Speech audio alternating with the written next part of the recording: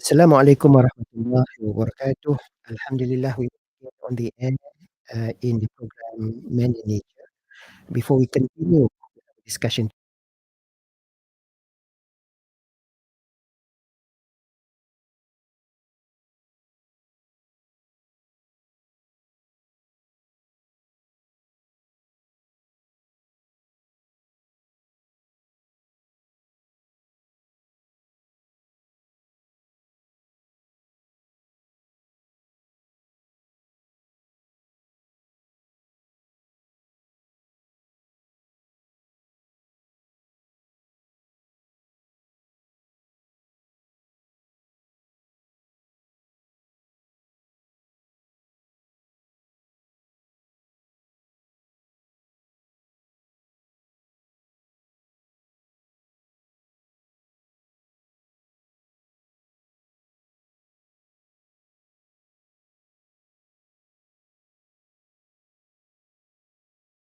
Warahmatullahi taala wabarakatuh, Dr. Sheikh. welcome to the program Men in Nature. Thank you, Dr. Sheikh and Radio Kim for having me today. It's our pleasure. And our topic for today, Dr. Zul, is the link between ESG and climate change. Now, Dr. Zul, the last decade, ESG has moved from being on the periphery to becoming a main. As an introduction to our listeners, could you please enlighten us regarding what is meant by ESG and how it is linked with climate change? Thank you, Dr. Sheikh, for the question. Assalamualaikum and salam sejahtera to our listeners today. I will begin by introducing what is ESG. ESG is an acronym for environmental, social, and governance. Historically, ESG has evolved from other movements that focus on health and safety issues, pollution reduction, as well as corporate philanthropy. It was in 1949 that the United Nations embarked in the first attempt to address and prevent further damage of natural resources through a conference called United Nations Scientific Conferences on Conservation and Utilization of Resources in New York. However, Dr. Sheikh, Mm, after 74 years, here we are still talking about establishing a sustainable economy. It is not really easy to change the behavior of 7.9 billion people that live on this planet. But since 70% of all carbon dioxide emission come from the industry, mhm, then industry must be a good place to force a change. This is where the Sustainable Development Goals (SDG) and environmental social governance (ESG) that we are discussing today, all these elements come to play. They are the blueprints to a sustainable future. While the term ESG is often used in the context of investment, mm, stakeholders include not just the investment community, industry, businesses, but also consumers like each and every one of us, suppliers, and employees of institution, all of whom are increasingly interested in how sustainable an institution could be. By definition, if we look to Sustainable Development Goals, which is related to ESG, it comprises of the 17 goals as meant to be a global call to action to eradicate poverty, protect the planet, ensure peace and prosperity for all. On the other hand, ESG, the topic today, stands for environmental, social, and governance, where those are the factors that are being used in business and finance to refer to an institution's performance in these three key factors: mhm, environment, social, and also governance. So the first is its impact on the environment, its treatment of employees and investors, as well as all its good governance practices. ESG focused investment plays an important role not only on financial return but also on ethical and sustainable operation. It has been well proven that the adoption of responsible environmental and social policies is key to succeed in the long run. However, in Malaysia, Dr. Shay, yeah. if you are a small or medium entrepreneur, SMEs, sustainability has not been or not yet on your radar. However, sooner or later, what used to be a nice to have is now a must have. So, in order for Malaysian products and services to be globally competitive, whether we like it or not, awareness towards ESG must be inculcated to our industries and society. And Dr. Shea also asked me about what is the linkages between Okay. ESG and climate change. Yeah. As a start, I could say that I could quote the research in a study by the London School of Economics in 2016, where the study mentioned that global economy suffers losses up to USD 24 trillion due to climate change. Clearly, ESG could be a guidance to help industries adapt and mitigate climate change threats to their businesses, and we'll explain about it along our discussion today. Inshallah, inshallah. Thank you for that explanation, Dr. Zul. Now, I think it's clear to our listeners the ESG is an acronym which means environmental, social, and governance. Now, essentially, we say that it's a framework that helps stakeholders to understand how an organization manages risks as well as opportunities, especially relating to the three components environmental, social, and governance, which are important factors. Now, now that we know that, how do ESG factors affect efforts to mitigate climate change?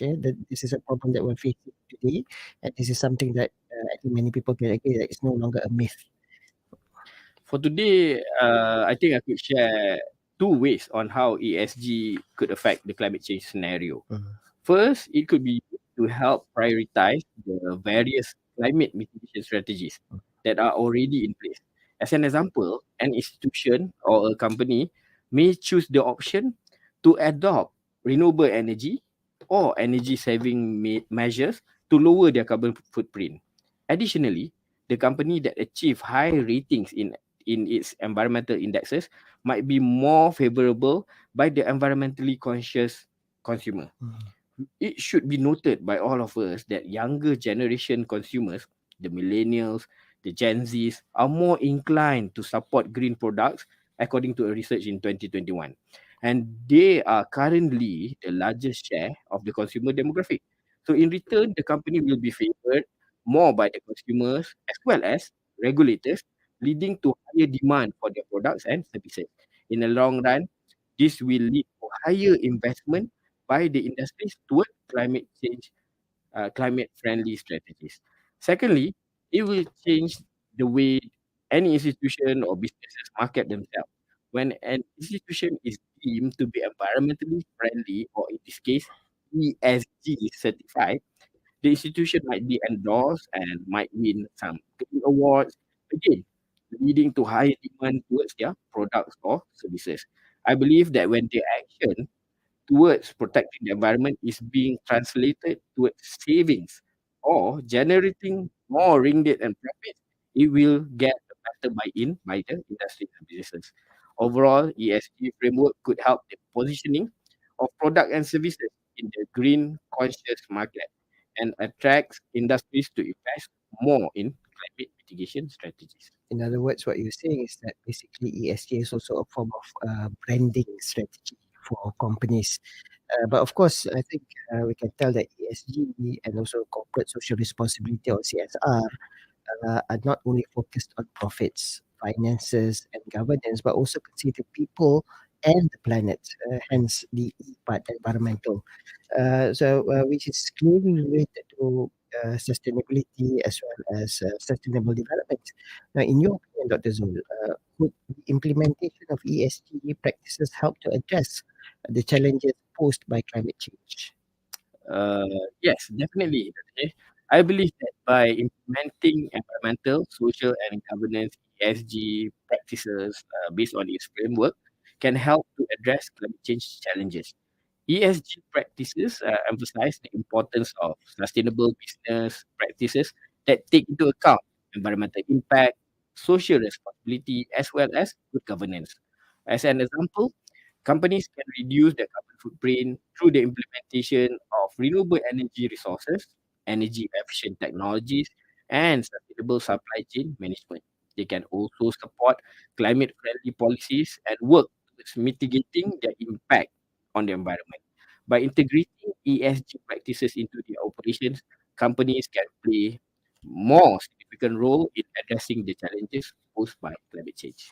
Now, it seems that from what I understand from your answer, business entities are very much interested in ESG due to the primarily the financial outcomes that are linked to ESG. There are also practices that companies can adopt in order to prioritize environmental sustainability and adopt more sustainable and environmentally conscious business practices. Could you perhaps give us some examples of ESG practices that can help in our, in our fight against climate change and also reduce the greenhouse gas emissions? I'll try to give some examples on how ESG practices can help fight climate change and reduce the carbon dioxide emission. First, we could look into energy efficiency. Mm. It is the low-hanging fruit where all institutions can implement technologies and processes such as utilizing renewable energy resources. But if it is not available, then we may optimize our existing building design as well as utilizing energy efficient equipment. Secondly, we could also focus on reducing our carbon footprint by setting science-based target for reducing carbon emission and regularly monitoring and reporting on progress towards this goal. We could also look into sustainable supply chain management to ensure that we procure green products and green services. In addition, we could also look into sustainable land use, protecting and restoring forests, wetlands, and other natural habitats, as well that help to store carbon and provide other ecosystem services. Additionally, as a member of the society, we could utilize sustainable transportation, encouraging low carbon transportation options such as hybrid vehicles, public using public transportation, or perhaps active transportation, walking and biking. Uh, for waste, implementing waste reduction, reuse and recycling program to reduce greenhouse gas emission could also be done. And these examples are not limited and could be more depending on the nature of businesses and industries.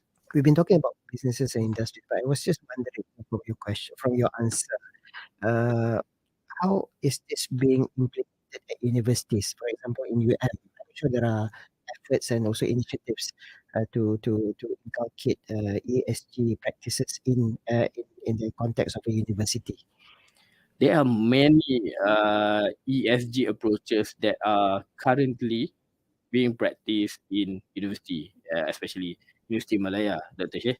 And we can see among the initiative that we have done awareness program as well as education, which relate very much to the three factors mentioned beforehand.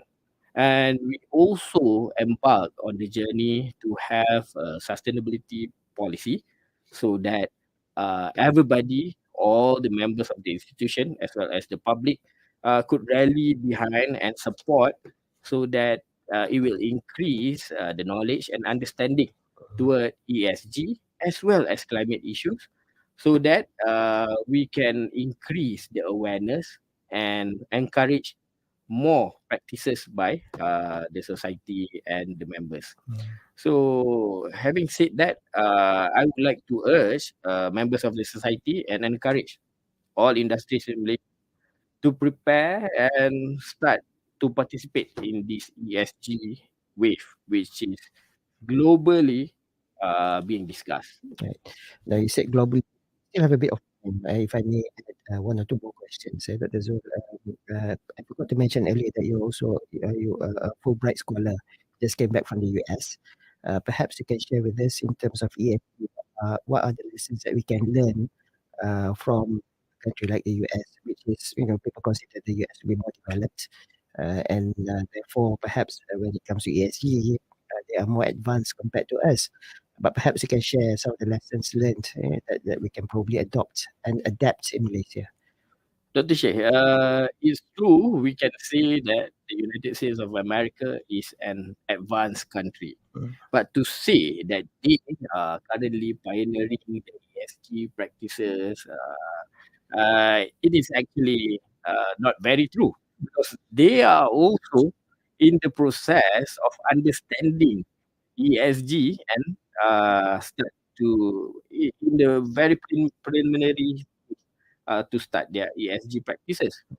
But the challenge that is really paramount in United States is that they are too used into using big items, big spaces, and their cars. They are using big engines, so it's kind of hard for them to start minimizing the carbon footprint, especially when you have to measure everything. But then what we can look as the best practices is their huge investment in trying to green the processes. So they really put a lot of investment into it so that it could work. Although the challenges is quite high, and the United States of America is also similarly with other countries of the world is looking towards the best way in order to utilize ESG in order not only to generate profit but also protecting the environment, ensuring the social balance, and another thing to ensure proper and good governance. Okay. Coming back to Malaysia, okay, uh, with regards to Malaysia, we have the majority of the people here are Muslims, and we depend and we believe in Islamic values and virtues, which I think many of which are related to ESG.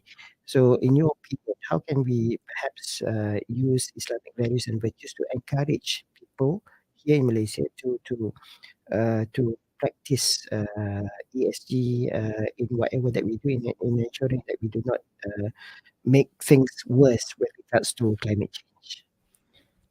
To tell you, Dr. Sheikh, if we mention ESG, all the three factors kind of very wide and could cover almost every practices of our daily life. And as a Muslim, perhaps I could share a hadith by Prophet Muhammad sallallahu alaihi wasallam, as narrated by Anas ibn Malik radhiyallahu anhu.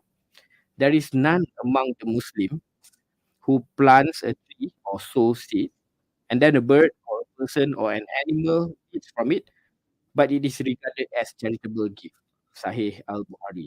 So through the mentioned hadith, we could see that it demonstrates that every good work and every positive endeavor that we beneficial deed done by any individual will be given a stipulated remuneration and reward by Allah Subhanahu wa Taala.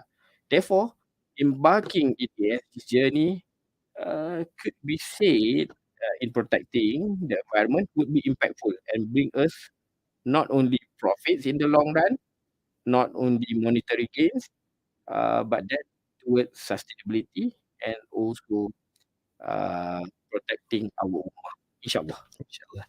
Some people may say, okay, I'm not a researcher, I'm not a scientist, I'm just a normal person, a lay person. What would you say to that person when it comes to ESG practices? What would you tell him or her as to the potential benefits that he can get by practicing ESG? Dr. Sheikh, I believe in lifelong learning. So although uh, the member of the society might currently not have the knowledge to ESG, but we are currently living in an abundance of information, the age of information. So I believe that it is accessible, the information is accessible, and there are also sustainability stars, researchers that are working out there in a lot of practices, either the pillars of environmental, social, and governance. And as a matter of fact, members of the public could participate by supporting one of these projects. Mm.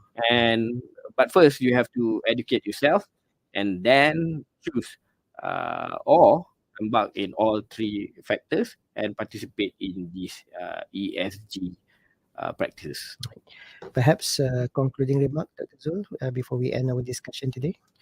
As a concluding remark, I could say to listeners today that please look into the hadith that I've mentioned, that we must always be doing good deeds aligned with ESG, and then the monetary gain profits will come for the businesses or institution that we work on, as well as it could also protect the environment and the ummah. Inshallah. Inshallah. Thank you very much, Associate Professor Dr. Zul Ilham, for sharing on the issue of ESG and climate change. Alhamdulillah, I believe your sharing today in Man and Nature has been very informative as well as beneficial to all our listeners. Now, in relation to our discussion today, I would like to perhaps sum up with what was mentioned by the renowned scholar Ismail Al-Faruqi when he said, the order of nature is subject to man who can bring it to it such changes as he wills. All creations is for man and awaits his usufruct of it. Its disposal is utterly at his discretion.